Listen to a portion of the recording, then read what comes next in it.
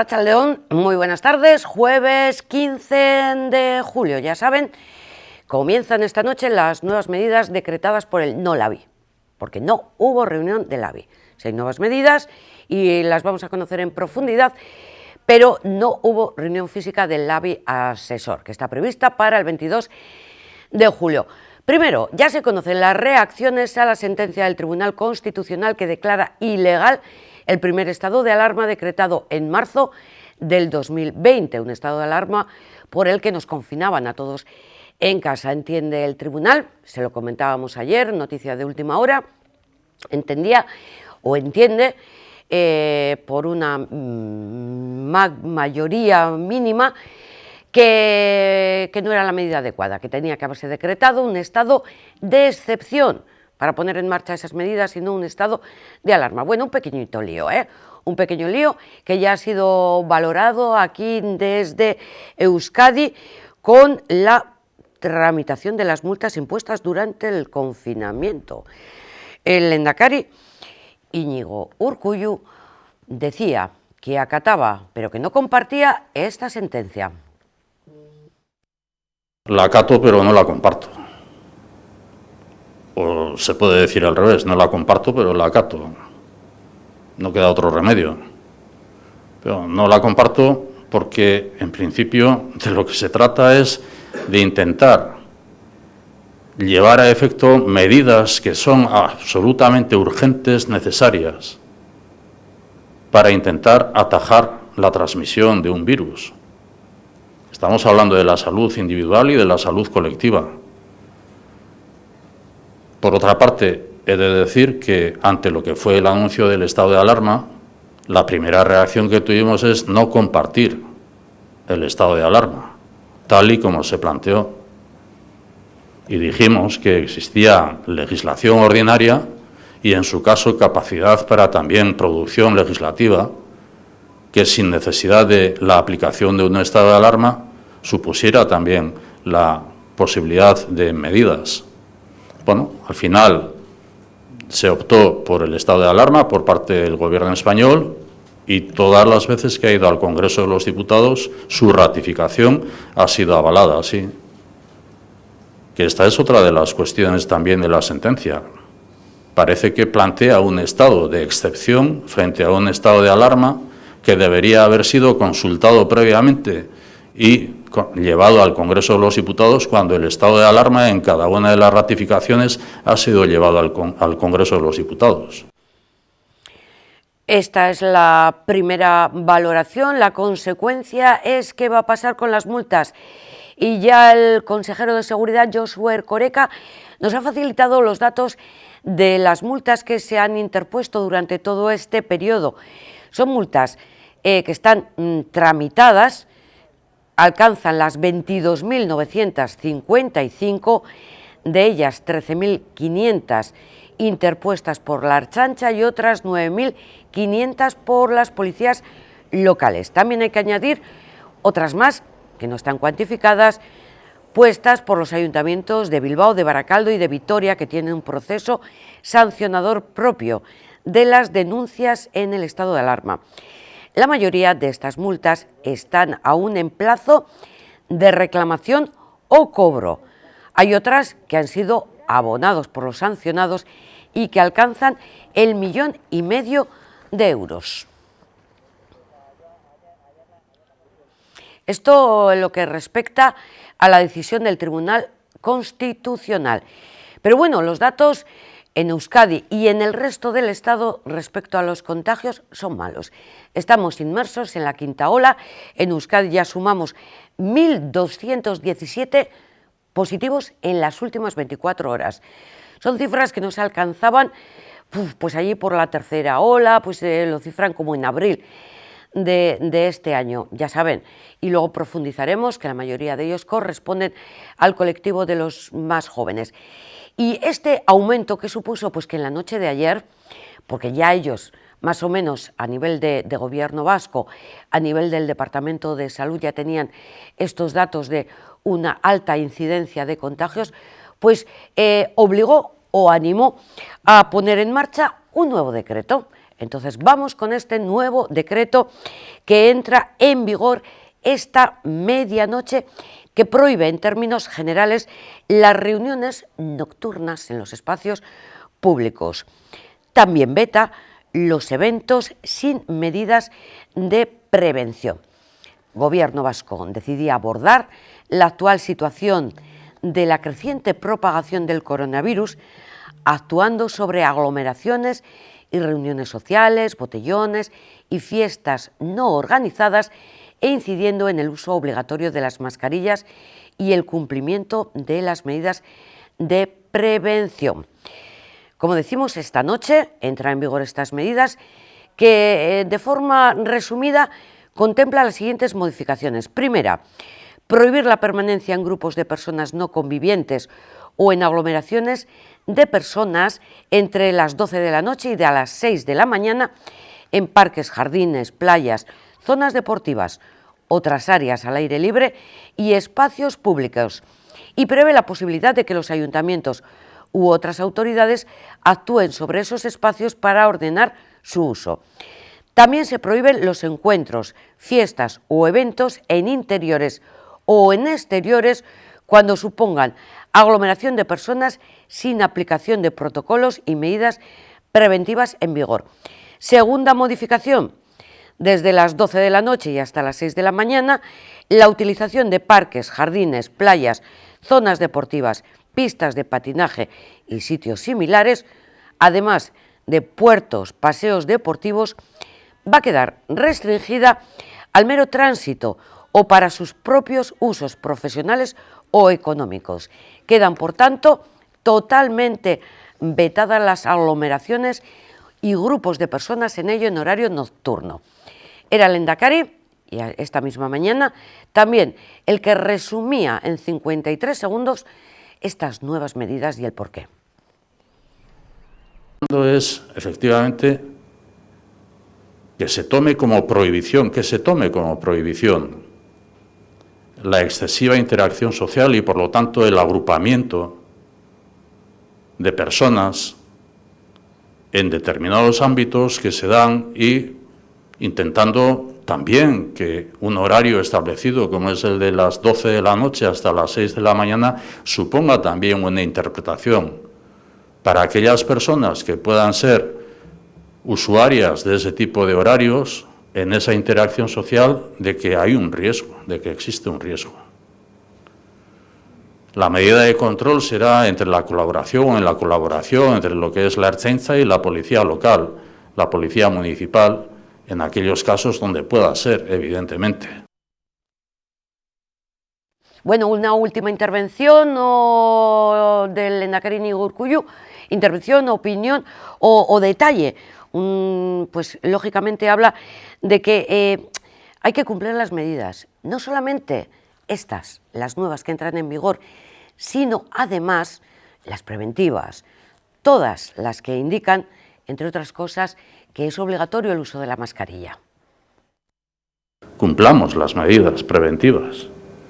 Cumplamos las medidas preventivas que tienen que ver con la excesiva interacción social sin cumplir las medidas preventivas. La excesiva interacción social sin cumplir las medidas preventivas, como es el uso de las mascarillas o no guardar la distancia debida entre las personas en la interacción social. Esto es lo importante. Lo demás es secundario. Secundario que se convierte en importante porque si no cumplimos, pues efectivamente hemos de adoptar medidas. Medidas que pueden ser coercitivas, como puede ser una prohibición, o medidas que pueden ser a modo de recomendaciones en función de la cobertura legal y del ámbito competencial que nos corresponda en la Administración vasca. Luego volveremos a este tema, si tenemos tiempo, con la aportación también y opinión de la nueva ministra de Justicia. De momento nos vamos con la ministra de Sanidad, con Carolina Darias. ¿Por qué? Porque ayer a la tarde hubo Consejo Interterritorial, otra vez la puesta en marcha de medidas, el tema de vacunación, bueno, una serie de de diferentes cuestiones de los que no se avanza, las que se avanza poco, como por ejemplo el tema de cómo administrar la vacuna a los veraneantes, que venimos hablando de ello desde hace más o menos un mes. Bueno, en este Consejo Interterritorial rescatamos sus opiniones respecto a las medidas a seguir y la información que nos parece muy interesante. Las dos curvas de contagios que están ahora. Una es la de los mayores de 40 años, que es el de personas vacunadas, y la otra curva de contagios precisamente la de los menores de esta edad, que tiene además pues las características de que afecta a un colectivo que todavía no ha recibido las vacunas. Por eso hoy en el Consejo Interterritorial hemos vuelto a manifestar la importancia de acometer, de acordar aquellas medidas que sabemos que inciden en parar el crecimiento de la curva de incidencia acumulada. Saben también, y ayer también lo manifesté, que hay dos curvas en estos momentos. Por primera vez en la evolución de la pandemia estamos asistiendo al fenómeno de dos curvas de incidencia acumulada. Esto es, una curva para las personas mayores de 40 años y otra curva para las personas menores de 40 años. O lo que es lo mismo, la evolución de dos curvas, de las personas que están mayoritariamente vacunadas y las personas que mayoritariamente o que están en vías de vacunación. Si se fijan en el comportamiento del virus en la población vacunada, es muy similar en todos los territorios de nuestro país. Sin embargo, el comportamiento del virus en la población no vacunada es dispar en nuestro país. Comentarles brevemente que seguimos, como no puede ser de otra forma, con atención y con máximo seguimiento tanto a las variantes de interés como a las variantes de preocupación. Saben que la variante alfa sigue siendo la variante dominante, algunos brotes asociados a la variante beta y a la variante gamma, y sí que cada vez observamos cómo la variante delta está ocupando el nicho ecológico respecto a otras variantes, en este caso la que hasta ahora estaba siendo dominante, que es la variante alfa. A nivel nacional y según los datos notificados al CIVIE, estaremos aproximadamente entre un 15 y 20%, si bien la presencia de esta variante es desigual en distintos territorios y la previsión es que la variante delta siga, digamos, extendiéndose y ocupando el nicho ecológico. Es verdad que tenemos un arma absolutamente poderosa, muy poderosa, para combatir a este virus, lo sabemos bien, las vacunas. Seguiremos hablando de vacunas porque al final todo nos conduce a ello, pero hacemos una pausa. Queremos conocer una información que os ha llegado que nos demuestra que durante toda esta pandemia y a pesar de todos los problemas, que nos estamos volviendo locos, que queremos que se acabe, etcétera, etcétera, pero todavía la colaboración, la cooperación sigue existiendo. Hablamos del Hospital San Juan de Dios de Santurce, que ha conseguido 4.258 euros para ayudar a 60 mujeres de Monrovia, que es la capital de Liberia. Es un dinero que va a llegar a través de una ONG que se llama, ahora mismo se lo cuento, Juan Ciudad. Hablamos con el director de esta ONG, Gonzalo Sales. Arratsaldeon, muy buenas tardes, Gonzalo. Arratsaldeon, Yolanda, ¿qué tal? Muy bien. Cuéntanos un poquito, ¿cómo ha sido este crowdfunding, que entiendo que ha sido así, cómo se organizó y por qué entiendo que vosotros estáis trabajando allí en la capital de Liberia? ¿Qué es lo que se va a hacer con este dinero? Bueno, lo primero, aclararte, Juan Ciudad es una organización no gubernamental para el desarrollo que pertenece a la Orden Hospitalaria San Juan de Dios, la misma orden a la que pertenece el Hospital de Santurce. Nosotros lo que hacemos es desarrollar los proyectos de cooperación para el desarrollo con los centros sanitarios de la Orden Hospitalaria en otros países, en este caso concreto en Liberia.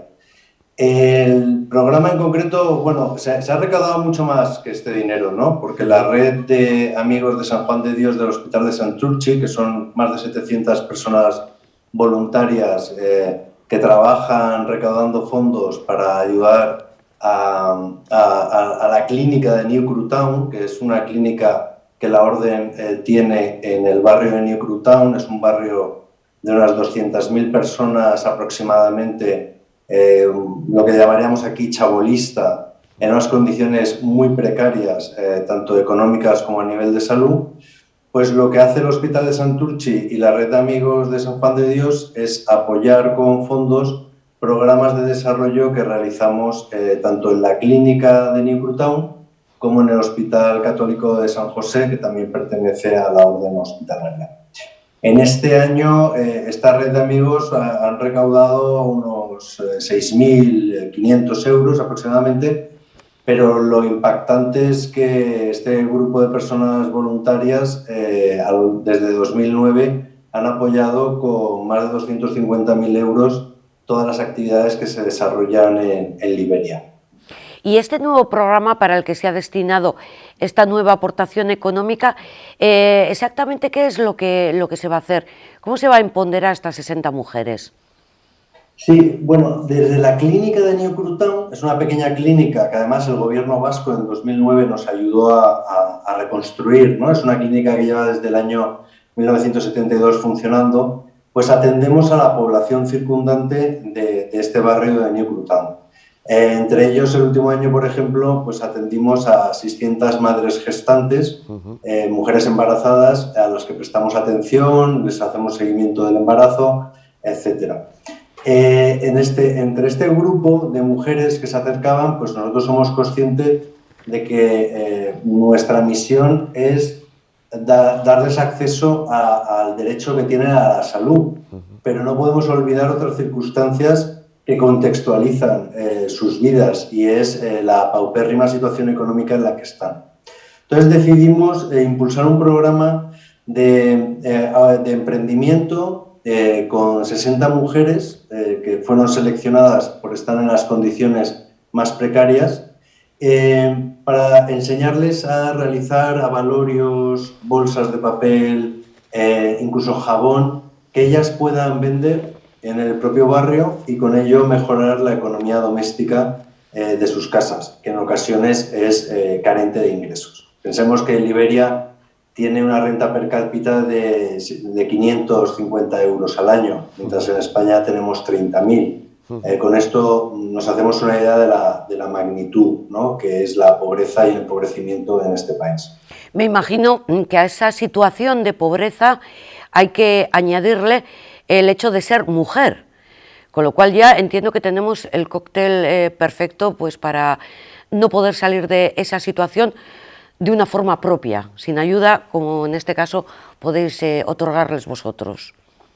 Por supuesto, es un factor de empobrecimiento el simple hecho de ser mujer, sobre todo en un país donde todavía se practican determinadas prácticas abusivas para las mujeres como es la ablación, en un país donde las mujeres no tienen acceso a la sanidad ni a la planificación familiar ni a un seguimiento médico básico.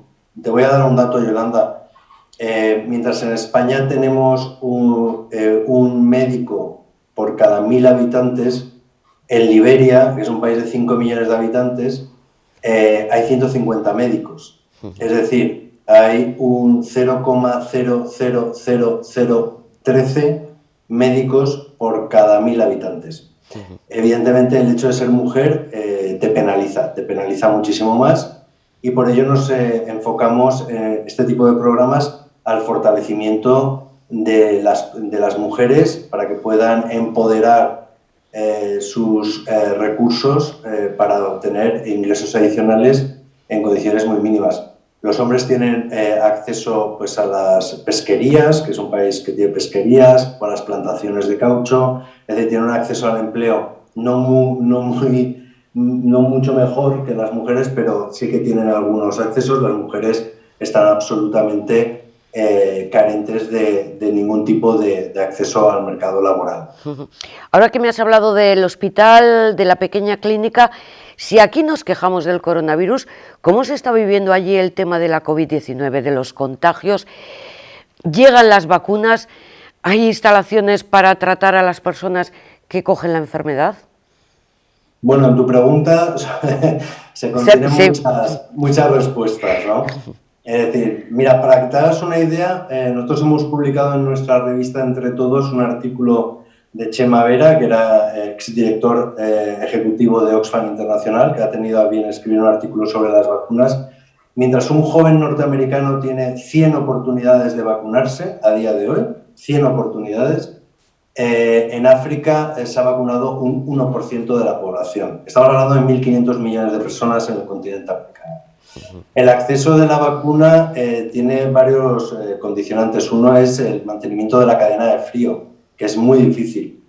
Pensemos que la clínica de Newtown, gracias a la red de amigos de San Juan de Dios, en el año pasado pudimos comprar un generador eléctrico para que tuviera suministro constante de energía eléctrica, para poder guardar otras vacunas, que no olvidemos que la gente en África sigue muriendo de VIH, de tuberculosis, de malaria, y hay que vacunar a los niños. Y bueno, la llegada de vacunas es prácticamente inexistente, a pesar de que el mecanismo COVAX de la Organización Mundial de la Salud está haciendo un esfuerzo, pero no llegan vacunas, ¿no? Mientras aquí tenemos muchas oportunidades de vacunarnos, allí no hay ninguna. Eso respecto a la vacuna. Respecto a cuál es la situación del COVID, ¿no? En el caso de Liberia. Pues mira, si vamos a la estadística de la Organización Mundial de la Salud, estamos hablando de, para una población de 5 millones de habitantes, pues no llegan a 200 muertos, para que te hagas una idea, ¿no? Pero esto no es real, ¿no? La estadística no funciona. Y no funciona porque si antes te da el dato de que hay 150 médicos en un país de 5 millones de habitantes, sí. Evidentemente es que no hay test de detección del COVID, es que no hay PCRs prácticamente, salvo en hospitales privados y que hay 2, es que no se hacen test de antígenos, es que no hay una política de contención a través del rastreo. Es decir, mucha gente dice, no, es que en África los africanos tienen una resistencia superior al COVID. No, en África, aparte que tienen un sistema inmunológico que batalla contra infinidad de enfermedades prevalentes que matan tanto o más que el COVID, en África hay un elemento clave que es la comorbilidad. La comorbilidad es cuando la muerte se produce no por una causa, sino por varias. Pensemos que si en países con una alta prevalencia del VIH o de la malaria y que provocan muertes, el determinar que ha muerto una persona por COVID o no es muy complicado, es muy difícil. En países donde la tuberculosis es endémica y que afecta a los pulmones y que comparte sintomatología con el COVID en muchos aspectos respiratorios, pues imaginemos que es muy difícil determinar quién ha muerto por COVID y quién no. Por lo tanto, las estadísticas no son fiables. El país sí que nosotros sabemos a través de nuestra clínica en Newtown y del Hospital Católico de San José en Monrovia, que está a unos cuantos kilómetros de esta clínica, sabemos que últimamente están pasando la tercera ola, que el incremento de consultas externas con sintomatología compatible con la COVID es de un 30% más. Y esto es lo que te puedo decir. Es decir, el sufrimiento está, el padecimiento está, lo que no se refleja es en las estadísticas. Es una situación realmente muy preocupante, o sea, no sabría ni cómo definirla. Estáis trabajando en este nuevo proyecto, con esta aportación económica que ya has cifrado en 6.000 euros, en este empoderamiento, en convertir al menos en 60 mujeres empresarias en su propio entorno. ¿Este dinero es suficiente? ¿Perdón, es suficiente? Nunca es suficiente, ¿no? Y menos en estos contextos. Siempre se necesita más y además piensa que estamos hablando de un grupo pequeño de 60 mujeres en una población estimada, porque no hay censo, no hay un empadronamiento, ¿no? Digamos, en un área chabolista que podríamos determinar, 60 mujeres en un entorno de 200.000 habitantes es muy pequeño, ¿no? Pero es el pequeño círculo concéntrico que nosotros vamos creando alrededor de nuestros centros sanitarios con la intención de ir abarcando más, ¿no? Y que luego estas mujeres se conviertan en prescriptoras y en formadoras de otras mujeres que puedan hacer o aprovecharse de este programa de fortalecimiento. Este programa lo empezamos ya hace 4 años en Ghana, en Amrahía, que es un suburbio de Accra, la capital, y tuvo un muy buen resultado. El primer año fueron 30 mujeres, el segundo año 60 y estamos ya en la tercera edición.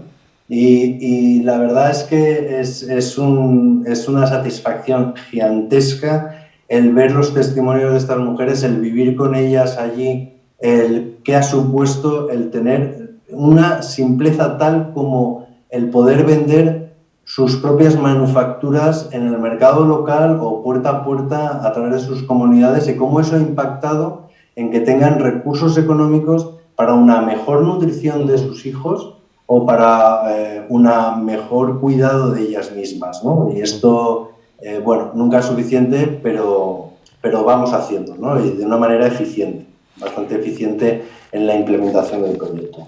Pues estaríamos encantados de volver a conectar con vosotros, saber del desarrollo de este programa y de otros muchos que seguramente también tendréis ya en mente para poner en marcha más adelante en todas estas zonas que las tenemos olvidadas, pero que de vez en cuando conviene recordar que están ahí. Muchísimas gracias por estar con nosotros, dedicaros este tiempo y sobre todo por la labor que venís realizando.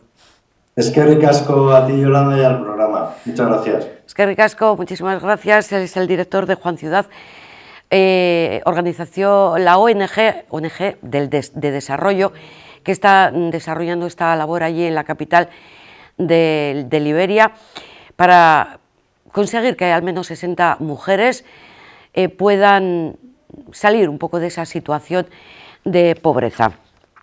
Y aquí la situación es muchísimo mejor en este sentido, pero siempre tenemos que acordarnos de las carreras STEM. ¿Saben cuáles son las carreras de ciencias, de matemáticas, de ingeniería? Nos hemos desplazado hasta ITP Aero para conocer a 3 mujeres que han escogido estas carreras. Una de ellas es ingeniera química, otra es ingeniera técnica aeronáutica y la tercera grado medio mecanizado. Con ella conocemos sus experiencias, lo que es estudiar un grado de estas características y las posibilidades laborales que ofrecen. Ellas trabajan en ITP Aero. Nos encontramos en las instalaciones de ITP Aero. Vamos a demostrar cómo las carreras STEM, ciencias, tecnología, ingeniería, matemáticas, son opciones que merecen la pena para trabajar en sectores como el aeronáutico. ¿Te animas? Vamos a conocer el testimonio de 3 mujeres que se han formado en estos estudios y ahora trabajan en ITP Aero. Vamos a conocerlos.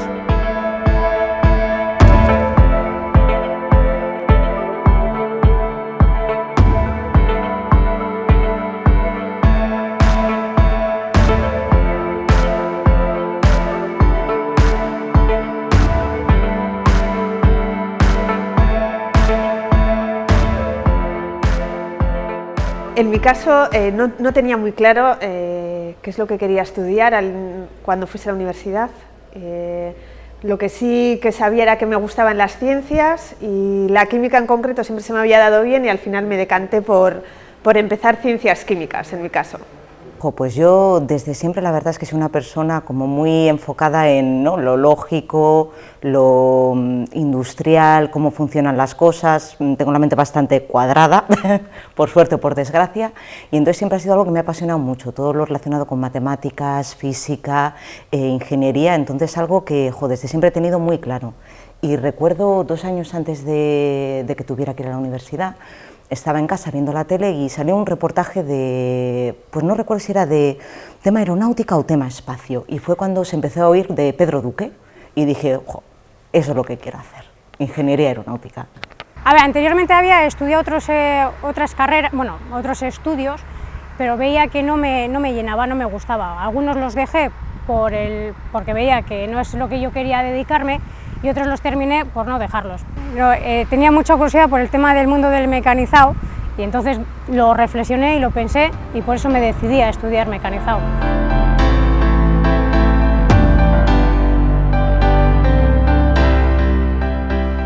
Sí, o sea, al final fue una cuestión de preferencias, de aptitudes, y donde verdaderamente elegí fue en tercero de carrera, ya con la cabeza un poco más amueblada y con las ideas más claras. Vi que claramente me gustaba más la parte técnica y entonces ahí decidí dar el salto a ingeniería química. Pues desde cría siempre he acompañado a mi aita a todas partes, siempre, ¿no? Íbamos juntos, me acuerdo al rastro, cuando el rastro era aquello, un amasijo de hierros, herramientas baratas, que estaba al lado de la ría, y la acompañaba pues a todos los sitios, y era una persona muy manitas, muy chapuza, entonces siempre estaba al lado de él como interesada en cómo funciona todo, ¿no? Cómo hacerlo, cómo funcionan las cosas, y yo creo que eso influyó mucho, mucho. Pues como te he dicho anteriormente, eso, yo tenía mucha curiosidad, lo que pasa que sabía que era complicado encontrar trabajo en este mundo y eso me echaba un poco para atrás. Entonces lo reflexioné, lo hablé con mi familia en ese momento y me dijeron que si era lo que quería, que para adelante, y por eso yo hoy en día es lo que a eso me dedico.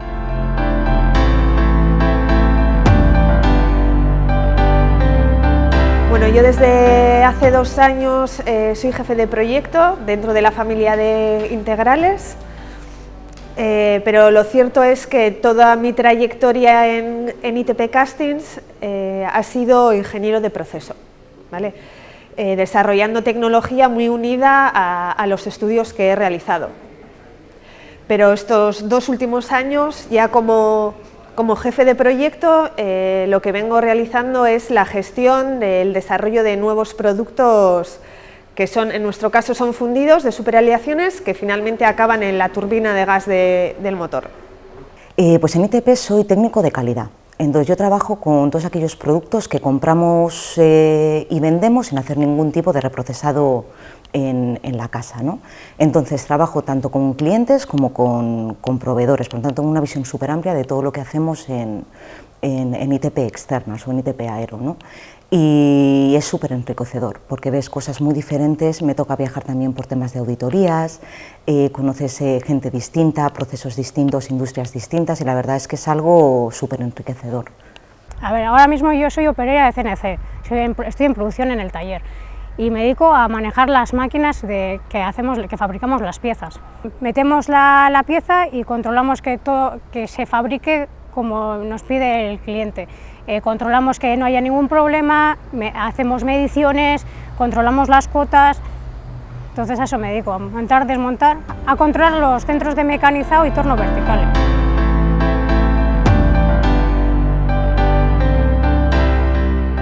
Pues un reto, la verdad, un reto, porque después de 16 años que llevo en ITP Castings, lo cierto es que sigo aprendiendo y en este mundo al final las tecnologías están en continuo desarrollo y al final para la gente que tiene inquietud pues es todo un desafío, la verdad. Pues mi trabajo es intentar buscar la excelencia y la mejora continua siempre y la estandarización, ¿no? Intentar hacer todo de la mejor manera posible, de la forma más estandarizada y más igual posible para tener, bueno, para intentar dar al cliente el mejor soporte, las mejores piezas, los mejores productos. Al final trabajamos en aeronáutica, entonces tenemos que optar por hacer todo siempre con los mejores resultados posibles y la mejor calidad posible. Pues ya te digo, estar en un puesto donde el 90% está ocupado por hombres, pues es una gratificación personal realmente. Y poder seguir desarrollándome profesionalmente en este mundo de la aeronáutica, del mundo del metal, del mecanizado, pues es una satisfacción muy grande, la verdad.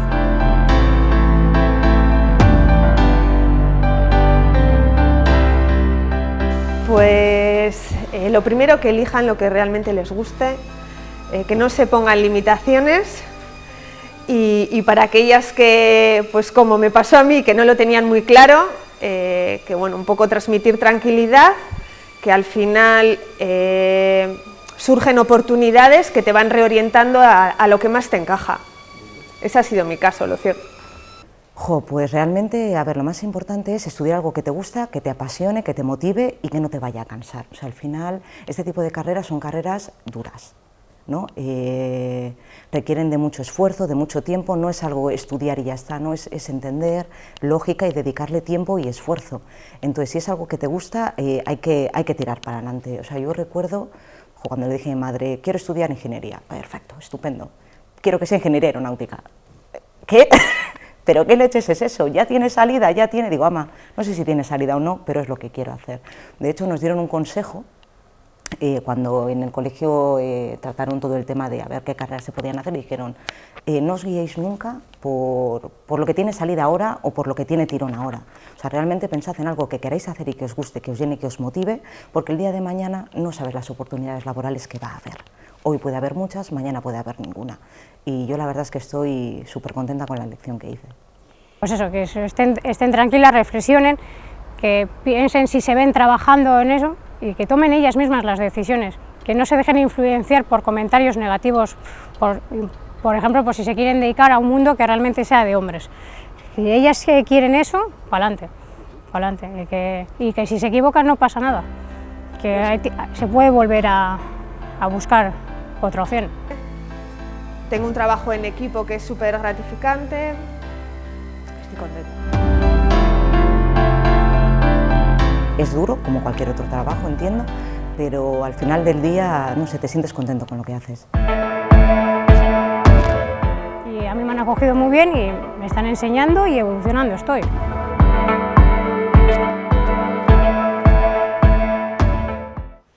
Y solamente una nota, pero es que es una buena noticia y es una felicitación porque un profesor de la Ikastola La Guaseta ha recibido el reconocimiento como docente emprendedor del año. Se trata, y aquí andaba buscando el nombre, Egoitz Etxeandia. Sorionak Egoitz Etxeandia por ese reconocimiento, por ese galardón como profesor emprendedor del año, por la labor que viene realizando con sus alumnos y que a ver si podemos hablar con él.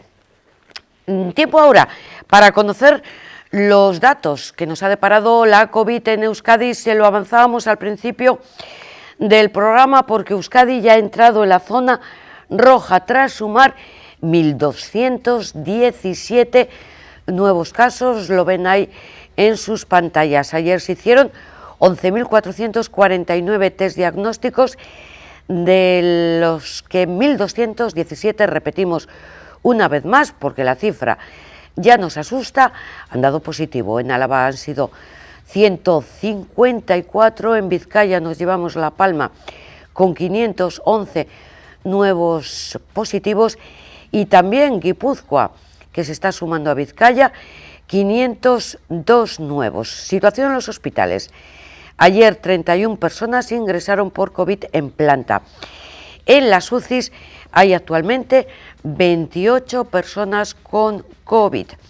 Por tanto, Vizcaya, y ahora vamos a ver el repaso en las localidades de nuestro territorio, como les decimos, Vizcaya supera el 500.000 de positivos por coronavirus. Galdakao se suma a las localidades en zona roja de alto contagio, en la que ya hay 8 municipios. Abadiño, que encima suma 6 nuevos en las últimas 24 horas, Arrigorriaga 7, los mismos que Balmaseda, Durango 12, Galdakao 19, 2 más en Güeñes, 13 en Munguía y 5 en Zaya.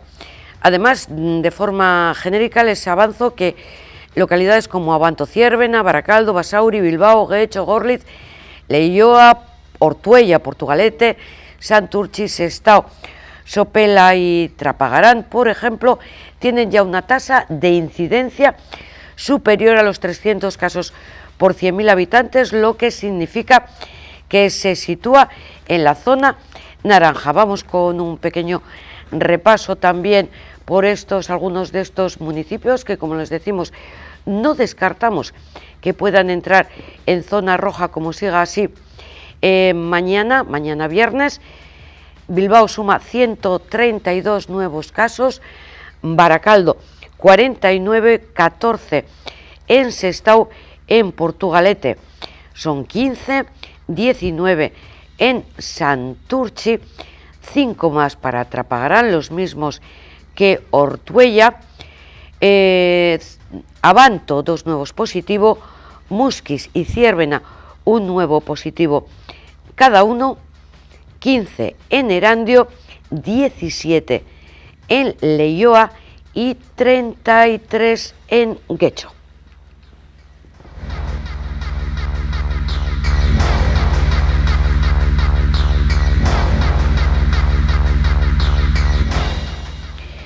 Nos lleva a hablar también todas estas cuestiones de vacunación, como venimos escuchándoles, es la única solución.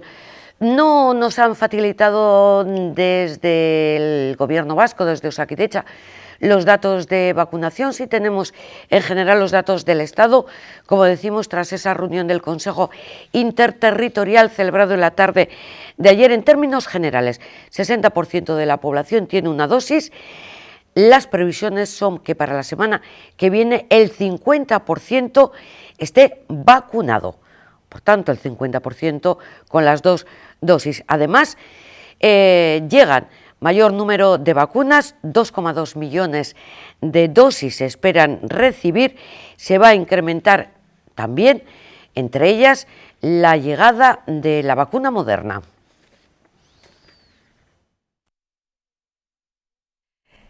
Comentarte que nosotros nos planteamos desde el Ministerio acometer una modificación del Real Decreto 1662/2000 sobre productos de diagnóstico in vitro, cuando aparecieron en el mercado y en nuestro país concretamente test de antígenos de autodiagnóstico. No test de uso profesional, porque como establece la propia estrategia de detección precoz que nos hemos dotado entre todos, los test de antígenos de uso profesional es para eso, para que los usen los profesionales sanitarios. En esta ocasión, cuando aparecen los test de autodiagnóstico de antígenos con marcado CE, nos pusimos en marcha una modificación de este Real Decreto para establecer, para eliminar, en este caso, la exigencia del requisito de prescripción médica, que era el que hasta este momento estaba vigente. Por tanto, lo que vamos a hacer en este Real Decreto, que espero poder elevar, si así lo estima oportuno la Comisión de Subsecretarios y Secretarios Generales, al próximo Consejo de Ministros, es la eliminación del requisito de la prescripción para la venta en público, y también porque ello suponía una barrera para el acceso de la población a esta prueba. El ritmo de vacunación que tiene nuestro país es tremendamente alto, muy alto. Por quinta semana consecutiva, digo bien, hemos vuelto a superar con creces las 3 millones de dosis administradas a la semana. Concretamente han sido 3,7 millones de dosis que hemos administrado del miércoles pasado que comparecí a este. Y en este periodo, de la semana pasada a ahora, han recibido la pauta completa más de 2,5 millones de personas en nuestro país. Con los datos de hoy, superamos el 60% de la población vacunada con al menos una dosis. El 60%, esto es 28,2 millones de personas de nuestro país. Más de 22 millones, concretamente 22,5, tienen ya la pauta completa. Esto es el 47,4%. Somos de los países de la Unión Europea, como digo habitualmente, y lo vuelvo a reiterar en esta comparecencia, que mayor incremento tenemos en la inoculación de vacunas en nuestro país. Como acabamos de escucharle, también la ministra de Sanidad, Carolina Darias, hacía mención a esa próxima aprobación en el Consejo de Ministros, prevista para el próximo martes, del Real Decreto que va a permitir la venta de test autodiagnósticos COVID en las farmacias. La novedad está en que será sin receta médica. Profundizamos en esta cuestión con el farmacéutico Ricardo Blanco, de la farmacia Zubiri Suasnávar. Arratsalde on, muy buenas tardes, Ricardo. Arratsalde on, muy buenas tardes. En principio, la venta de estos test en las farmacias en estas nuevas condiciones, que entiendo que es la novedad, ¿es una buena noticia para los farmacéuticos? Debiera serlo, es lo que todos estábamos esperando, tanto los farmacéuticos como creo que gran parte de la población. Para nosotros es una gran noticia porque vamos a poder abastecer a esas personas que por urgencia, por necesidad o por seguridad, el sistema no está cubriendo las necesidades o la inmediatez que precisan los pacientes y usuarios, y el hecho de que nosotros podamos darles una solución pues siempre es una buena noticia. ¿Qué tipo de test son los que se van a vender al público en general? Los test que se van a vender dispensar desde las farmacias son unos test muy sencillos, unos dispositivos de inmunocromatografía, que el funcionamiento es similar, digamos, es muy sencillo, es similar a lo que sería un test de autodiagnóstico tipo test de embarazo, ¿de acuerdo? La palabra vender a veces no es la correcta porque se van a dispensar. ¿Qué significa esto? que si fuera parte de que no van a precisar a la firma y publicación de este decreto la obligatoriedad de receta médica para su dispensación, sí que es cierto que la farmacia va a ser el único establecimiento en el que se puedan dispensar y eso conlleva que se da algo de esa atención farmacéutica que nosotros solemos hacer. Es decir, educación sanitaria, educación en el mostrador, una serie de preguntas e indagaciones para dispensar correctamente el dispositivo y a su vez educar al paciente en cómo se utiliza y cuáles son las consecuencias a raíz del resultado. Nos da tranquilidad porque decimos que tengo que ir a tal evento o quiero ir de viaje, entonces voy donde la farmacia para que me dispensen este test y ya me quedo más tranquila si me dan negativo. Pero, ¿y si con este test doy positivo, qué tengo que hacer? Efectivamente. Si con el test se da positivo, nosotros eso se lo tenemos que advertir al paciente en el momento de la dispensación. Tenemos que advertirle que si se diese positivo por cualquier razón, el paciente primero tiene que aislarse, es decir, irse a su casa, y segundo, inmediatamente contactar con el sistema sanitario, con los servicios de atención primaria o de rastreo. Yo creo que uno de los escollos fundamentales para que haya tardado tanto en darse este paso de permitir la libre venta o dispensación de este tipo de test por parte de las administraciones es que había cierto miedo a raíz de ver qué podía ocurrir tras un positivo confirmado. Porque es algo que nosotros llevamos reclamando, o que llevamos necesitando desde hace mucho tiempo. La interacción con las administraciones por parte de las farmacias no es todo lo grande que debería de ser. En este momento nosotros tenemos la interacción únicamente y exclusivamente a nivel de receta electrónica. Si tuviésemos una interacción mayor, es decir, un acceso a historia clínica o un acceso a contactar con la administración vía directa, sí que podríamos hacer ese tipo de rastreo o de comunicación post-positivo. En este momento no la hay, entonces nosotros sí que tenemos que informar muy bien al paciente que si hay un positivo confirmado, aislamiento y comunicación a los sistemas de atención primaria. Pero claro, no deja de ser una recomendación, que luego la persona la tendrá en cuenta o no en función de, en fin, de su forma de ser. Osakidecha, Departamento de Salud, se ha puesto en contacto con los farmacéuticos vascos un poco para deciros este tipo de cuestiones, o si se podría poner en marcha esa comunicación directa que permita, oye, pues mira, aquí ha dado un positivo, llevar directamente el rastreo. Directamente con nosotros, evidentemente no, pero sí que hay una serie de protocolos de atención primaria y protocolos del Colegio Oficial de Farmacéuticos de Vizcaya que se trasladan a todas las farmacias, en los cuales se nos está diciendo cómo tenemos que actuar ya en lo que viene siendo todo este episodio de la pandemia COVID, ¿vale? Entonces, pues bueno, nosotros tenemos bien interiorizado qué es lo que tenemos que hacer en cada momento. Pero si bien es cierto, nosotros no tenemos esa comunicación directa con el Departamento de Salud en la cual se nos diga qué es lo que tenemos que hacer. Atendemos a lo que está publicado en los protocolos y en las guías. Tenemos claro que su uso va a ser sencillo, que está destinado a la población en general, que es lo que diferencia estos test de los que utilizan, digamos, los profesionales sanitarios. Y hay límites de edad, es decir, un menor de 18 años puede acudir para tener su test. Es una muy buena pregunta. Yo, en este sentido, entiendo que sí, pero claro, no te lo puedo asegurar, no te lo puedo confirmar con seguridad, porque tendría que ver qué se establece en el famoso Real Decreto que va a regular la venta y dispensación de este tipo de dispositivos. Al igual que yo a una chica menor de 18 años le podría dispensar un test de autodiagnóstico tipo test de embarazo, pues no debiera haber problemas de que una chica de 16 años me solicite un test de autodiagnóstico COVID de antígenos y yo se lo pueda dispensar libremente. Entiendo, por lo tanto, que estáis todavía a la espera de qué es lo que recoge ese Real Decreto que está previsto que se apruebe la semana que viene, ¿verdad? Sí, a ver, nosotros sabemos que lo que es la mecánica de todo este tipo de documentación previa al Real Decreto estaba preparada hace tiempo. Las administraciones sabían que se tenía que hacer, porque de hecho en países de nuestro entorno se viene haciendo desde hace tiempo ya.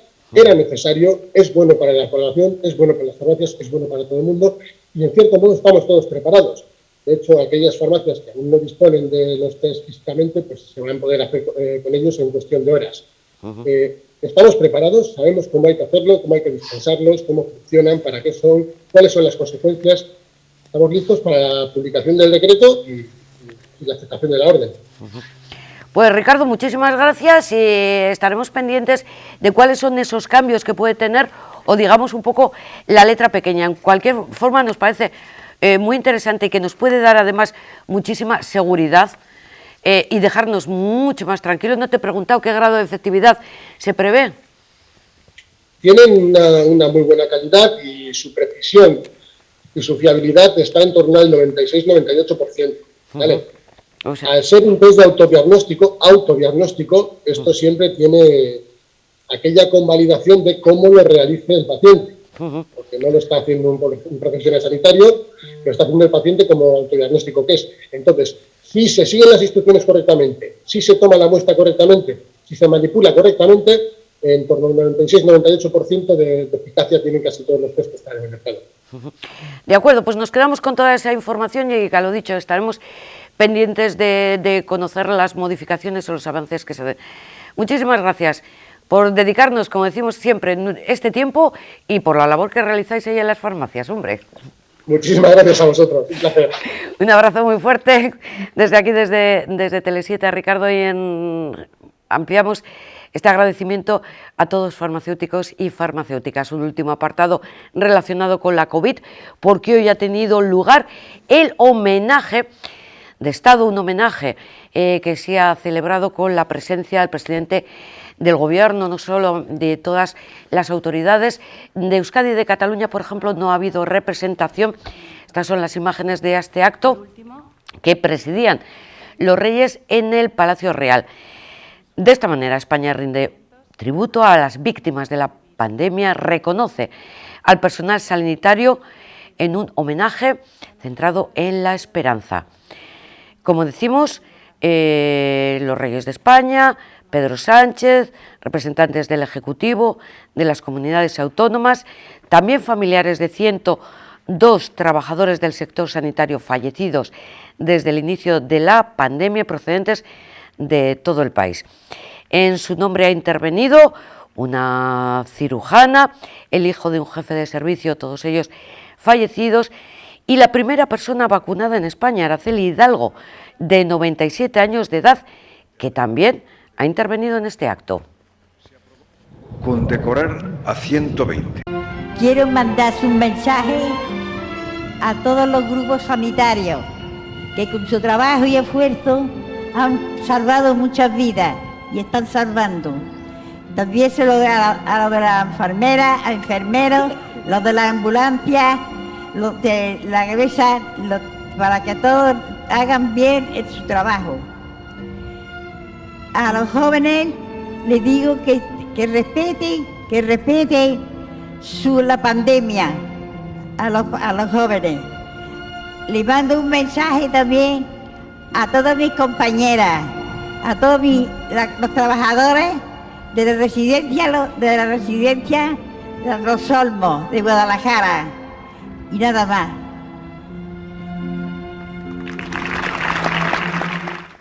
Qué maja, 97 años, Araceli Hidalgo, la primera persona que era vacunada, administrada la vacuna de la COVID. Atentos, sobre la manifestación, concentración esta tarde en Trapagarán para mostrar repulsa por la ocupación de la vivienda de un centenario. No, 87, bueno, me da igual, 85, por la ocupación de una vivienda. La manifestación, prevista que comience a las 7 de la tarde, tenía previsto llegar hasta la casa, pero al parecer las autoridades no van a permitir este recorrido, por lo tanto supone que sí está autorizada, pero que tendrá que finalizar a la altura del funicular, unos metros antes, 25 metros antes del funicular de Trapagarán. Además, los participantes deben llevar mascarilla, mantener la distancia de seguridad. Ahí tienen el documento, la no celebración.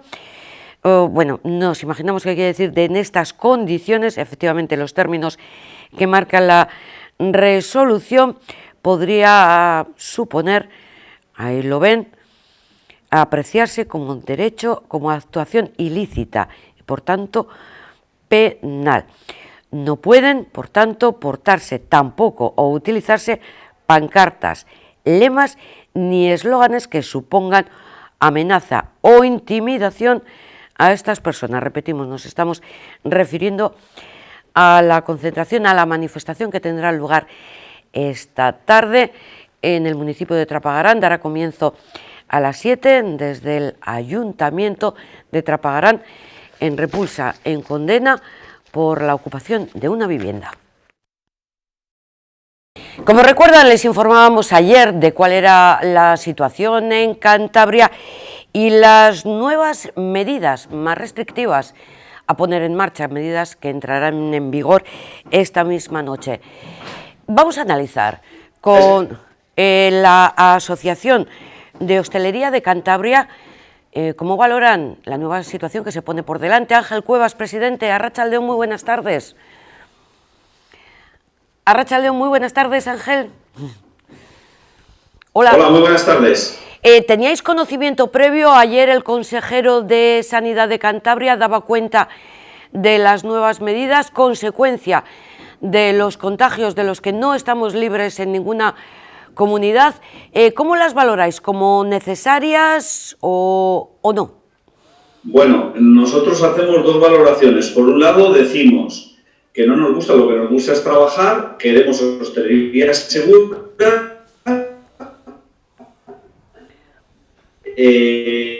porque lo único que se están haciendo muchas veces con esta manera de tomar copas, estaría en nuestros establecimientos cumpliendo aforos y distancias de seguridad, estaría mucho mejor.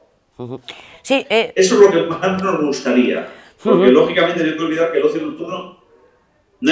ocio nocturno lleva 16 meses cerrado. Eso es lo mejor. Pero luego, ¿qué pasa? Que esto va aparejado de que si nos cierran no lleva medidas económicas, porque si usted nos indemniza, pues quizás estaríamos contentos. Pero como ustedes nos cierran y no nos indemnizan, lógicamente no estamos contentos.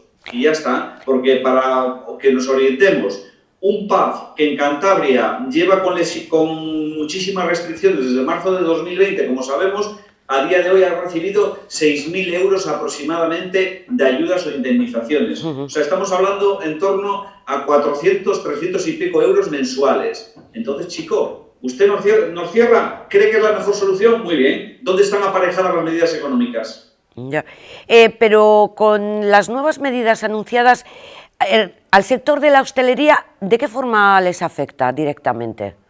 Bueno, pues al 80% de la hostelería le va a ir bastante. Hombre, aunque estamos en los medios de comunicación para negativo últimamente, ¿no? En Cantabria, al 80% de la hostelería le va a dejar seguir trabajando, sin duda, que eso por ese lado lo vemos positivo, pero hay un 20% de negocios que les afecta directamente a la línea de flotación y que ya venían súper afectados. Entonces, estamos indignados en la parte esta. Tanto costará, mire, en Cantabria hay 450 negocios de hostelería de la noche. Entre la presupuestaria para que estos negocios necesitan que esta norma dure 1 o 2 meses, paguen a la gente al menos los gastos generales que tienen sus negocios.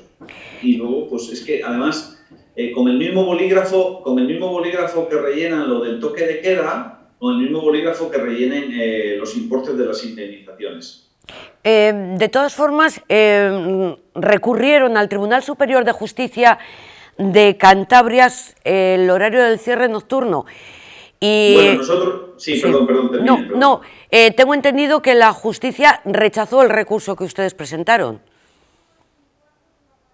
Sí, el último sí. La justicia en Cantabria nos ha dado la razón en 3 ocasiones, que nos ha permitido abrir a horario de licencia. La última nos la ha denegado y nosotros ahora, bueno, pues ahora falta que los jueces ratifiquen lo que ha presentado el Gobierno de Cantabria, que entendemos, nos dicen nuestros servicios jurídicos, que posiblemente sea el lunes lo del toque de queda. Nosotros, lógicamente, con mesura y con mucha tranquilidad, la Junta Directiva, que está formada por 25 personas, analizaremos si vamos a hacer alguna acción, si demás, si cabe. Bueno, hay que verlo redactado en el BOC, hay que verlo aprobado por la Justicia de Cantabria y luego tomaremos la decisión que consideremos más oportuna. Pero nosotros siempre, y lo hemos demostrado desde el primer día de la pandemia, estamos muy de cara a nuestro sector y a nuestros 2.000 socios. De cualquier forma, y después de haber conocido ayer también la decisión del Constitucional de tumbar el estado de alarma, aquel de marzo del 2020, damos por hecho que cualquier medida que suponga limitar los derechos fundamentales de las personas no va a contar con el apoyo de la Judicatura. Pues vamos a ver. Bueno, ya sabemos que a veces, y lo estamos viendo ahora con esta pandemia, que en distintas comunidades hay distintas interpretaciones, distintas sentencias. Bueno, no lo sabemos.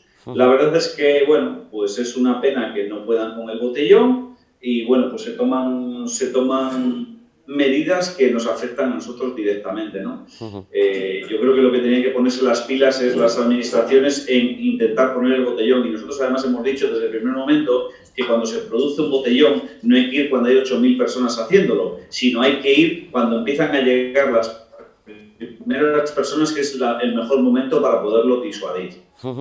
Es verdad, porque tenemos constancia aquí en Vizcaya de que en localidades como Noja, seguramente en Santander también, el tema del botellón se reproduce a las noches, como está ocurriendo aquí también.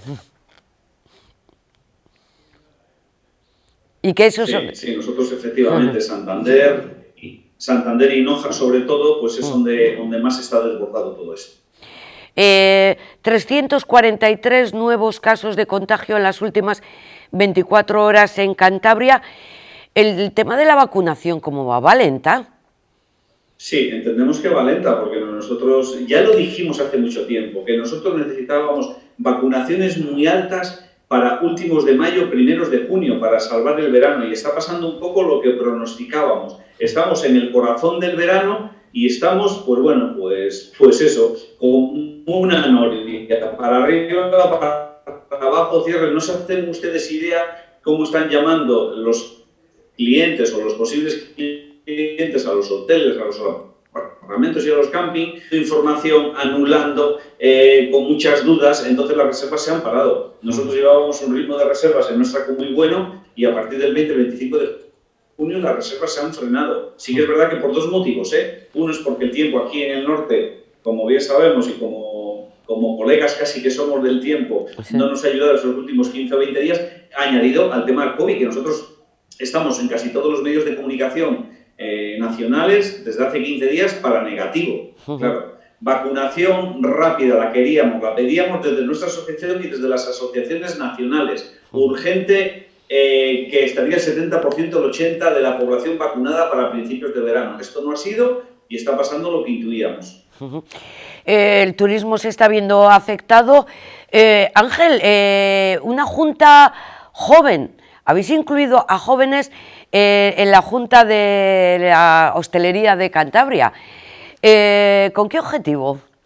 Sí, la componen 8 personas menores de 36 años, en las cuales confiamos mucho, y lo que vamos a hacer es, nosotros tenemos dos juntas, la Junta Directiva, que lleva acompañándome durante mucho tiempo, que son 25 personas, y esta Junta Joven, que va a tener reuniones, van a ser reuniones totalmente independientes. Lo que haremos es trasladar cosas que consideremos oportunas de esta Junta Joven, elevarlas para llevarlas a buen efecto a la asociación, ¿no? También comentarlas con la Junta Directiva de siempre, pero vamos, queremos que tenga su independencia, que las cosas que salgan en esta Junta, que las ideas, pues que se plasmen y que se lleven adelante, porque al final esa gente que tiene 25, 30, 35 años, que tiene muchas ganas de hacer cosas, que la hay, pues tienen una fuerza y una sabiduría muchas veces que los demás no llegamos. Nos parece una gran idea, ha sido acogida con mucha ilusión por nosotros, por el personal de la asociación, y ya llevamos unos meses y ya hemos empezado la andadura. Tenemos reuniones periódicas y, bueno, al final lo que se trata es de lo que se trata muchas veces en las asociaciones, ¿no? Un volcán de ideas y que luego los empleados de la asociación lo pongan en marcha. Nuestra asociación tiene 20 empleados, o sea que lo que se diga, bueno, pues hay que hacer esta acción, pues adelante con ella. Como conclusión podríamos decir, Ángel, que el sector hostelero y de ocio en Cantabria empezó a ver la luz y ahora otra vez está entrando en zona de sombras. Sí, sí. Yo lo dividiría quizás en dos trozos, ¿no? Por un lado, la hostelería normal, bares, restaurantes, hoteles y demás, y el trozo más castigado, que es bodas, banquetes, eventos y ocio nocturno, que es un 20% aproximadamente. Ese 20% viene tremendamente lesionado, y cuando iba a cargar un poco las pilas este verano, volvemos a las andadas. O sea, que este sector durante 2 años, el 2020 y el 2021, todo apunta a que le va a fallar entre un 80 y un 85% de la facturación del año, casi nada. 2 años consecutivos.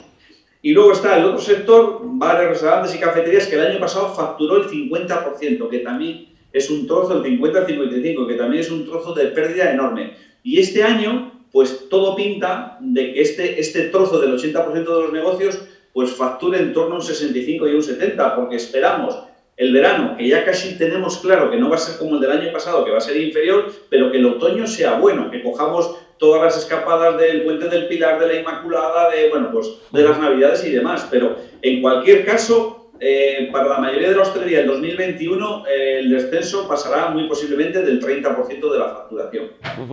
Pues muchísima suerte, deseamos al sector poco a poco que se vaya recuperando y que lleguen las prometidas, entre comillas, ayudas de todas las administraciones y sobre todo de la administración cántabra.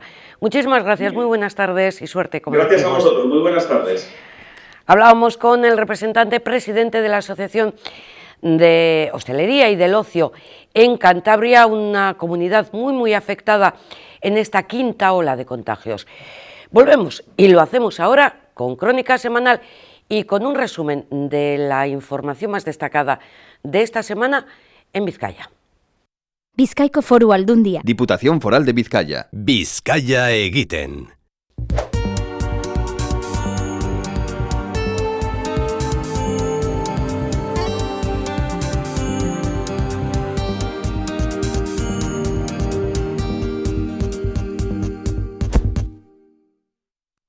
Como les decía, tiempo para la información de Vizcaya. Comenzamos por la Comisión de Acción Social que se reunía hoy en las Juntas Generales de Vizcaya, donde el diputado Sergio Murillo ha tenido que explicar cuál es el trabajo, en qué consiste el trabajo de su departamento respecto a la atención a los menores desprotegidos, menores inmigrantes, menores autóctonos, todo ello en referencia ante la posibilidad de un cierre de algunas de las unidades del Centro de Menores del Hoyo.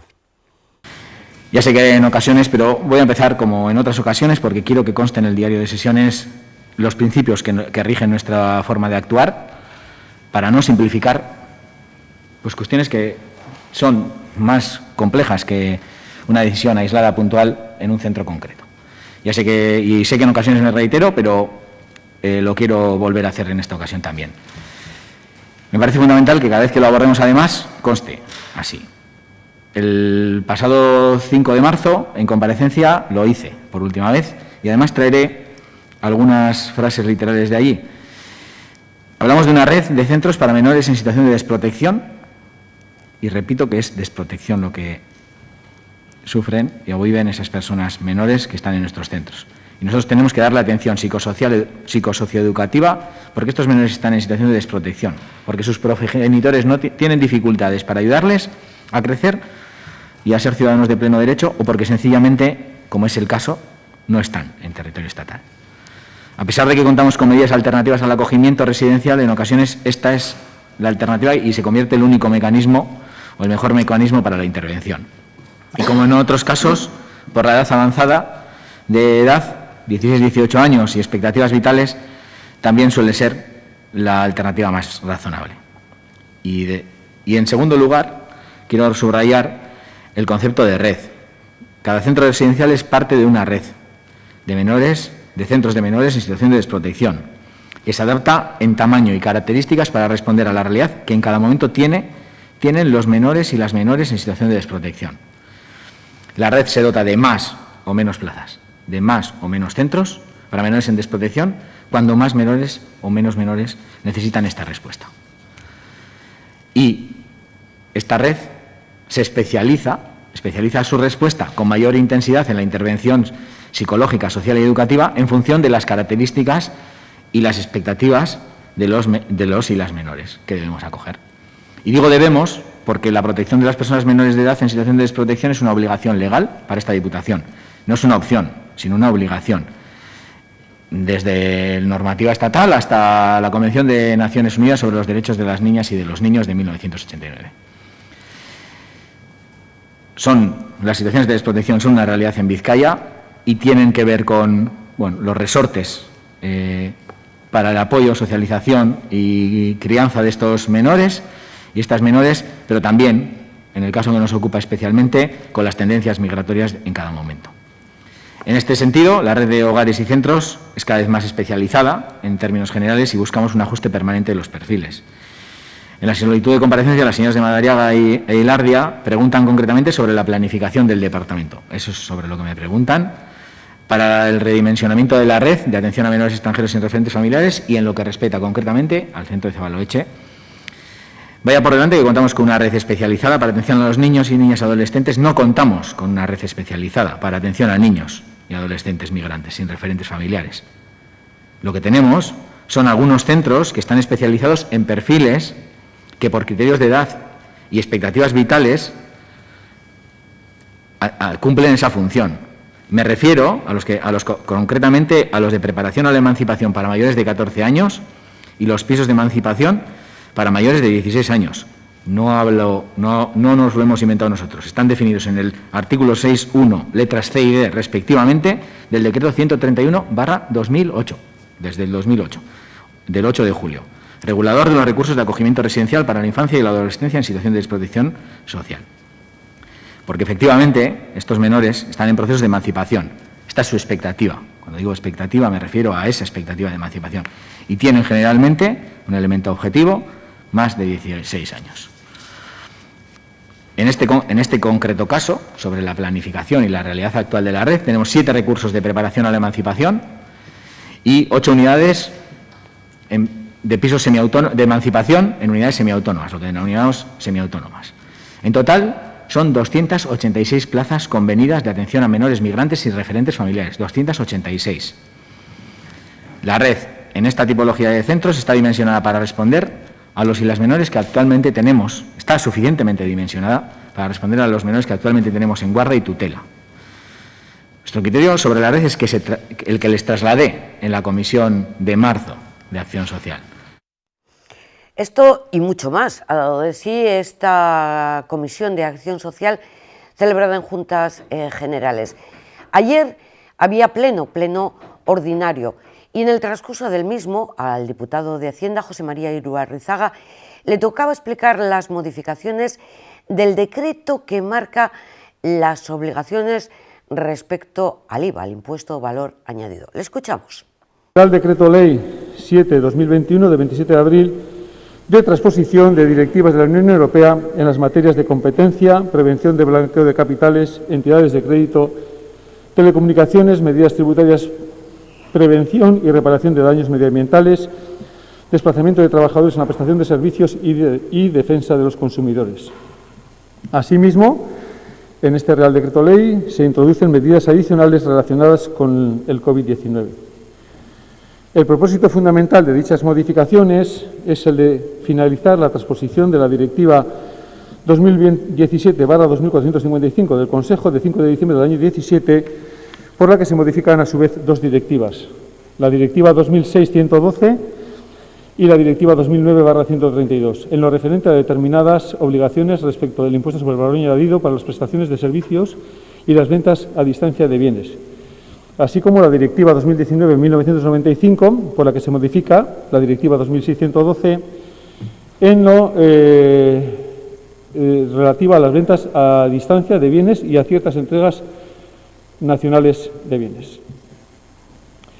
La transposición del acervo normativo comunitario en relación con el régimen de tributación de las operaciones derivadas del comercio electrónico en el IVA ya comenzó a realizarse en Vizcaya con la aprobación del Decreto Foral Normativo 1/2015 de 2 de febrero, estableciendo a partir del 1 de enero del 2015 la tributación en destino a los servicios de telecomunicaciones, de radiodifusión y televisión y a los prestados por vía electrónica a destinatarios que no tengan la condición de empresarios o profesionales actuando como tales. Con posterioridad, las primeras medidas contenidas en la Directiva 2017/2455, cuya entrada en vigor se produjo el 1 de enero del año 19, fueron incorporadas a nuestro ordenamiento interno por el Decreto Foral Normativo 3/2018 de 9 de octubre, que supuso la modificación de las reglas de tributación de los servicios prestados por vía electrónica, de telecomunicaciones y de radiodifusión y televisión, todo ello con el propósito de reducir las cargas administrativas y tributarias que suponía para las microempresas establecidas en un único Estado miembro que prestan estos servicios de forma ocasional y por el que tributan por estas operaciones en un Estado miembro de consumo. Estas modificaciones se mantienen vigentes y van a ser también de aplicación en relación con las operaciones incluidas en los regímenes especiales de ventanilla única que son ahora objeto de transposición. Condiciones. Asimismo, se establecen reglas de localización para las ventas a distancia intracomunitarias de bienes, las ventas a distancia de bienes importados de países terceros y las prestaciones de servicios, generalizándose el principio de tributación en destino. Estableciéndose además un límite cuantitativo común de 10.000 euros aplicable a las mismas, el cual permite que mientras no se supere dicho importe, las operaciones están sujetas al IVA del Estado miembro de establecimiento del empresario profesional que realiza la entrega o la prestación de este servicio. En relación con las interfaces digitales, como mercados en línea, plataformas, portales u otros medios similares que intervengan en el comercio electrónico y faciliten la venta a distancia de bienes importados de terceros países en envíos cuyo valor no exceda los 150 euros o faciliten entregas de bienes en el interior de la comunidad autónoma por parte de proveedores no establecidos en las mismas a consumidores finales, se establece que ha de entenderse que los titulares de las interfaces han recibido y entregado en nombre propio dichos bienes y su expedición o transporte se encuentra vinculada a su entrega. De esta forma pasan a tener la consideración de sujetos pasivos de impuesto participando en la gestión y recaudación del IVA. También se suprime la exención en las importaciones de bienes de escaso valor aplicable en la actualidad hasta los 22 euros de valor global de la mercancía, de tal forma que las importaciones de bienes que no se acojan a la ventanilla única deberán liquidar el IVA a la importación. Asimismo, para favorecer la aplicación del régimen especial de ventanilla única de importación y evitar la doble imposición, se establece una exención del IVA a las importaciones de bienes que en el momento de la importación deban declararse con arreglo a este régimen especial. Solo resulta de aplicación a envíos cuyo valor intrínseco no exceda de los 150 euros, quedando excluidos los productos de impuestos especiales. Buena parte de la sección de este espacio informativo lo vamos a dedicar a temas económicos. Pero antes, un poquito de obras, por ejemplo, las que se han llevado a cabo en Bilbao. Han culminado las obras en el Grupo Arabella y en un tramo también de la calle Zabalbide. Así lo explicaba el alcalde de Bilbao, Juan María Burto. Estamos otra vez en uno de los barrios de Bilbao, en uno de los barrios altos de Bilbao. Y en este caso, la obra que hoy queremos presentar plantea una serie de objetivos. Primero, generar zonas estanciales, zonas para el encuentro de las personas. Y para eso era muy importante ensanchar las aceras en la calle Zabalbide entre el número 61 y el número 70. También era importante generar una valla verde para separar la calzada de la acera. Y también ha sido importante un nuevo pavimento para mejorar también la posibilidad de deambulación, de tránsito por esa nueva zona. La obra ha costado 1 millón de euros, que consideramos muy bien invertidos para mejorar la calidad de vida de los vecinos de este entorno. Y quiero hacer mención a una cuestión relevante que ha generado dificultad en la tramitación de esta obra, que es que una parte muy importante se ha desarrollado sobre un suelo privado de uso público, con lo cual ha habido que gestionar con los vecinos la cesión de esos suelos para posibilitar la intervención del ayuntamiento. Hablamos, por lo tanto, de dos zonas diferenciadas, pero que son complementarias. La primera zona abarca esa zona de confluencia entre la calle de Camino de Zurbarán y Zabalbide y Acheta, una zona que es para mejorar los espacios dedicados a las personas, esos espacios de encuentro, esos espacios estanciales, esos espacios de relación. Es ahí donde además se han ubicado una serie de máquinas para la realización de ejercicios para las personas mayores. También se ha colocado un escenario que va a posibilitar la celebración de las fiestas, un espacio para un escenario que posibilitará la celebración de las fiestas, y también se ha actuado sobre la parada del autobús para que se permita el que 2 autobuses puedan estar a la vez en esa parada. La siguiente zona es la que abarca la calle Zabalbide, donde se ha actuado estableciendo esa barrera verde, que es muy importante para diferenciar claramente la zona de la calzada con la zona de tránsito de los peatones, es este entorno en el que estamos, donde, como vamos a ver, como vemos hacia abajo, hay escaleras que se han tenido que mantener. Hablamos de una calle con mucha pendiente, pero se han generado unas rampas que en este caso cumplen toda normativa para mejorar la accesibilidad del entorno. Y aprovechando la ejecución de la obra, hemos mejorado tanto el saneamiento como el alumbrado. Y como hemos insistido, se ha actuado también sobre la carretera, la antigua carretera foral, para mejorar el pavimento. Creemos, por lo tanto, que es una de esas obras que mejora el barrio, y al mejorar el barrio mejora la calidad de vida de vecinos y vecinas.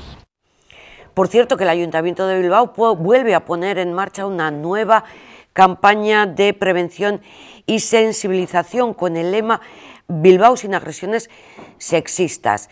Va a ir acompañada esta campaña de teléfonos y de información sobre los servicios municipales a los que se pueden dirigir aquellas personas que sufran o sean testigos de una agresión. Lo explica Nekani Alonso, la concejala. Durante estos 2 últimos años, nuestras relaciones sociales y el ocio han cambiado debido a la crisis del COVID-19. Nuestra manera de relacionarnos, de salir y de compartir espacios ha cambiado, pero seguimos queriendo disfrutar de la calle de Bilbao. Este verano estaremos en las calles y en las plazas disfrutando de diferentes actividades de ocio y cultura en nuestro tiempo. Y en estos espacios queremos relacionarnos de manera positiva, segura, responsable con nuestros iguales y sobre todo en las nuevas relaciones de pareja. No podemos olvidar que los comportamientos y actitudes sexistas en espacios de ocio son una manifestación más de la violencia contra las mujeres. Ligar, flirtear, seducir y coquetear es divertido, incluso emocionante, pero cuando ligas tienes que darte cuenta que a la otra persona también le agrada, que decide libremente, que no está presionada, porque lo contrario jamás es aceptable. Por todo ello queremos dar un mensaje alto y claro, argi eta garbi, de que en Bilbao no se van a consentir conductas ni agresiones sexistas. En esta ciudad de valores lo importante es la convivencia, la responsabilidad y la libertad para que todas y todos podamos disfrutar lo máximo posible sin miedo.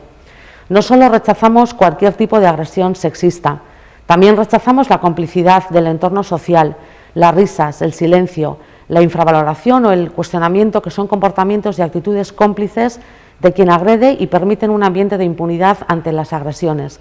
En la villa no tienen espacio para ningún tipo de agresión. Además, es importante sensibilizar a toda la sociedad para que éstas no se produzcan. Queremos promover una ciudad donde mujeres y hombres disfruten de un ocio, por supuesto no solo sin agresiones sexistas, sino además basado en relaciones respetuosas, libres e igualitarias.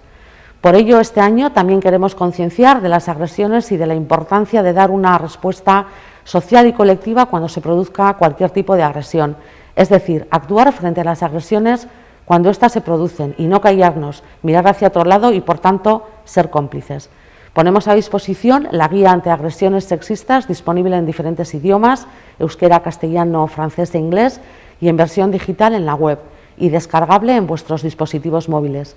En esta guía recogemos los recursos para prevenir y actuar ante agresiones sexistas, con recomendaciones dirigidas tanto para chicas como para chicos.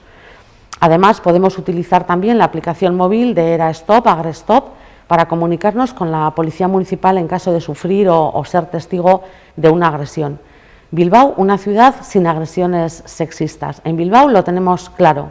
¿Y tú lo tienes claro? Recuerden además que no hay astenagusia, no hay no fiestas, tampoco hay que evitar todo tipo de aglomeraciones. Turno y tiempo ahora para la economía, como ya veníamos anunciándoles. Además, todos ellos muy cerca. Aquí en Ezkerraldea vamos a empezar por ArcelorMittal. En concreto, la acería de Sestao, que va a ser la primera acería del mundo con 0 emisiones de carbono. Será en el año 2025. Se va a convertir en la primera acería, como decimos, en el conjunto de su proceso productivo. A partir de este año, 2025, Sestao, que fabrica una gama de productos planos de acero destinados a los sectores del automóvil, la construcción y la industria general, producirá 1,6 millones de toneladas de acero con 0 emisiones de carbono. Elemento central de este plan para conseguir estas 0 emisiones va a ser la construcción en Gijón de una planta de reducción directa de mineral de hierro con hidrógeno verde que contará con una capacidad de producción de 2,3 millones de toneladas anuales. Aproximadamente 1 millón de toneladas anuales del semiproducto obtenido en dicha instalación se transportará a la planta de Sestao para su uso como materia prima en los 2 hornos del arco eléctrico de la planta. Además de las inversiones en la planta de DRI y el horno eléctrico de Gijón, ArcelorMittal va a invertir 50 millones de euros en Sestao, inversión destinada a introducir las tecnologías emergentes claves necesarias para reducir a cero estas emisiones de la planta y de cara a consolidar una producción de 1,6 millones de toneladas. A más largo plazo, la empresa también asume el compromiso de lograr un balance neto de 0 emisiones de carbono en esta planta en cuanto sea posible. Son declaraciones que hacía precisamente en Gijón el director de ArcelorMittal, Aditya Mittal. Este año de 2025, nuestra planta en Sestao será la primera acería neto cero en el mundo. Esto demuestra lo que es posible cuando las partes interesadas trabajan de la mano para acelerar el progreso. Además, es crítico que aceleremos estos avances, porque tal y como estamos hoy, no estamos bien encaminados para alcanzar los objetivos respecto del calentamiento global. Tenemos que acelerar más y más en la próxima década. Presidente Sánchez, usted y su gobierno han comprendido muy bien cómo se puede lograr unos cambios muy importantes y acelerar estos cambios. España tiene un camino bien trazado hacia una economía descarbonizada. A partir de hoy se empieza una nueva época en la siderurgia en España. Supone una inversión de 1.000 millones de euros para apoyar la descarbonización de nuestras operaciones aquí y reducir las emisiones de dióxido de carbono en un 50% para el año 2025. Esto es importante. Como empresa, a menudo hemos abordado el tema de acelerar la disponibilidad de energía renovable. Esto nos abre el potencial para el hidrógeno y la utilización de hidrógeno nos hace posible la producción de acero neto cero. Al centro de nuestra visión estamos viendo la utilización del hidrógeno verde y que se construirá aquí en Gijón con el complemento de 1,1 millones de toneladas de un horno de arco eléctrico, junto con la planta de Sestao. Los proyectos a esta escala implican el éxito de todas las partes, pero el apoyo de los gobiernos es muy importante y agradecemos mucho su disponibilidad a apoyar este proyecto. Como saben, para conseguir una transición de siderurgia neta cero es muy importante en cuanto a OPEX y CAPEX. Contamos con que vaya a haber una financiación continuada para lograr que nuestras operaciones sigan siendo competitivas. Esto es fundamental, ya que no todos los países ni regiones están logrando el cambio al mismo ritmo que aquí hoy en España. Claramente hoy marcamos un gran comienzo en el viaje hacia la descarbonización. Es muy importante porque estamos haciendo una transición de la tecnología antigua hacia la nueva en un nuevo camino hacia la descarbonización del acero. Estoy convencido de nuestro éxito y cuando lo logremos seguramente echaremos la vista atrás viendo el día de hoy como un punto de inflexión importante para lograr que se haga realidad este sueño. Tengo muchas ganas de ver el progreso que podamos hacer en los próximos 5 años. Este anuncio lo hacía allí en Gijón, en presencia de Pedro Sánchez, presidente de gobierno de las autoridades de allí también, pero también había autoridades vascas y representantes del Ayuntamiento de Sestao que quisieron conocer de primera mano cuáles son los proyectos de la empresa respecto a esta acería, la acería compacta de Sestao. Pero también es actualidad la naval. Aquí Ainara Basurco, la diputada de Desarrollo Económico, ratificaba el apoyo de la institución foral a esta empresa. Tema de la naval y, evidentemente, la coordinación entre el Gobierno vasco y la Diputación Foral de Vizcaya es absoluta y total en todo este proceso desde hace años ya. Hablaba de la naval en el contexto del plan de revitalización de Ezkerraldea, un plan del que ya se hablaba incluso antes de que comenzara todo esto de la pandemia y de la COVID, pero que la diputada Ainara Basurco reconocía que no se ha abandonado y que se sigue trabajando sobre él. Vamos a escuchar parte de los planes de revitalización de esta nuestra comarca en la voz de la diputada de Ainara Basurco, y aprovechamos para despedirnos, darle las gracias una vez más por su atención y anunciarles que mañana será viernes y que estaremos aquí puntuales a nuestra cita con la información. Les dejamos con la diputada de Desarrollo Económico.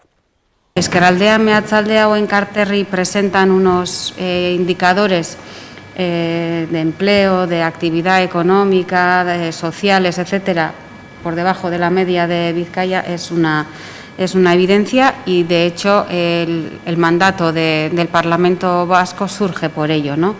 En el marco de la ponencia ya se empezó a trabajar con un plan de estímulo en Enkarterri, un plan de choque, digamos, en Ezkerraldea, Meatzaldea, pero se decía la necesidad de que contaran estas dos comarcas junto con otra comarca de Guipúzcoa con planes estratégicos comarcales, y ahora también tenemos otra comarca, ¿no?, compartida entre Áraba y Guipúzcoa. ¿Por qué? Evidentemente para, con una visión a largo plazo, identificar claramente los espacios de oportunidad y también trabajar sobre las condiciones estructurales, económicas y sociales que limitan la posibilidad de que alcance otro tipo de indicadores esta comarca. Lo que sí les puedo decir es que hoy, como bien ha dicho el señor Raona, hemos hecho un resumen de lo que es la presentación, pero en el documento que os remitiremos veréis también que hay un listado muy largo de indicadores a los que se va a ir haciendo seguimiento. Son indicadores, por una parte, que tienen que ver, son tres grupos de indicadores, por una parte que tienen que ver con la evolución de la comarca, indicadores que tienen que ver con la reactivación económica, para ir midiendo esa reactivación económica, el peso del valor añadido bruto o el número de empresas de más de 250 empleados, la tasa de emprendimiento, el gasto en I+D, en empleo y formación, tasa de paro, de actividad, nivel de formación, en cohesión social y servicios públicos, evolución de la población, renta media, receptores de RGI, regeneración urbana y medioambiental, empleo relacionado con economía, etcétera. Hay una amplísima lista de indicadores generales. Luego hay otras que tienen que ver con la brecha de género, que también nos parecía muy interesante, vinculado al paro, a la renta de trabajo y al nivel de formación. Y luego hay otra serie de indicadores, otro montón de indicadores, que tienen que ver con los proyectos tractores. Ya con esos 6 proyectos tractores, cómo inciden pues, en los diferentes objetivos finalistas. Por ejemplo, y respondiendo al señor Escalante, pues en el Parque Tecnológico de Ezkerraldea, Meatzaldea más EIC, pues se irá midiendo en todo momento cuántas empresas se van implantando, es decir, número de empresas instaladas, número de empresas instaladas dentro del EIC, el empleo que generan, la facturación de las mismas, etcétera. Y lo mismo con todos, polo de salud, suelos contaminados, cada uno tendrá sus indicadores. Y tal como les reflejaba en una de las transparencias, que no sé cuál era, al explicar el modelo de gobernanza, y poníamos los 3 agentes, poníamos también qué periodicidad de reuniones, etcétera, vamos a tener para precisamente hacer seguimiento del plan, y en el cual estos indicadores también jugarán un papel importante para ver la visión del mismo y cómo vamos avanzando.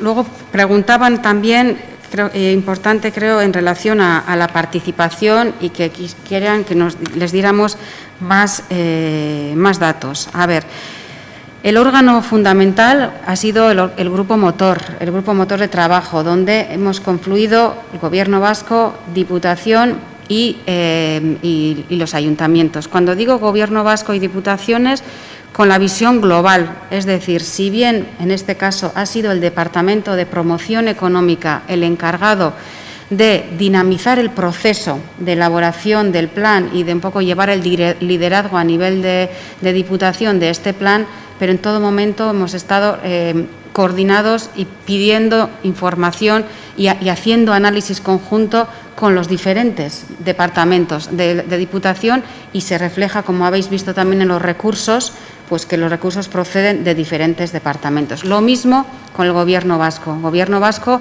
en el grupo motor ha participado Lehendakaritza, pero a su vez con una dinámica de trabajo interna a nivel de Gobierno vasco con los diferentes viceconsejerías y consejerías, y también con dinámicas colaborativas entre las consejerías y los departamentos de la Diputación. Eso por una parte, y luego pues una relación continua con los ayuntamientos. A lo largo de todo el proceso se han mantenido un total de 36 reuniones con agentes de la comarca, Diputación Foral de Vizcaya y Gobierno vasco. 11 reuniones con ayuntamientos, 11 entrevistas con ayuntamientos, 8 entrevistas con agentes comarcales, en Carterrialde, Mancomunidad, Bearguintza, en Cartur, en Carterri Group, San Viator, Maristas o Urbegui, en el caso de Encarterri, y en el caso de Ezkerraldea, Meatzaldea, bueno, pues con otro montón.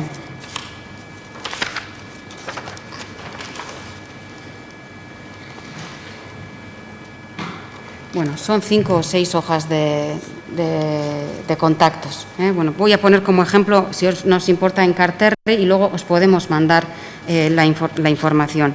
Con Diputación Foral de Vizcaya, evidentemente con todos los departamentos, y con Gobierno vasco, como decía, también. Otros agentes, ya he comentado. Bien.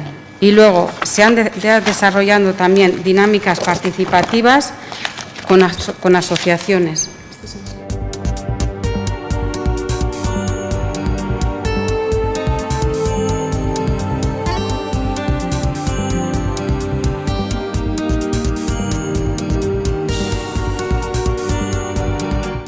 Bizkaiko Foru Aldundia. Diputación Foral de Bizkaia. Bizkaia egiten.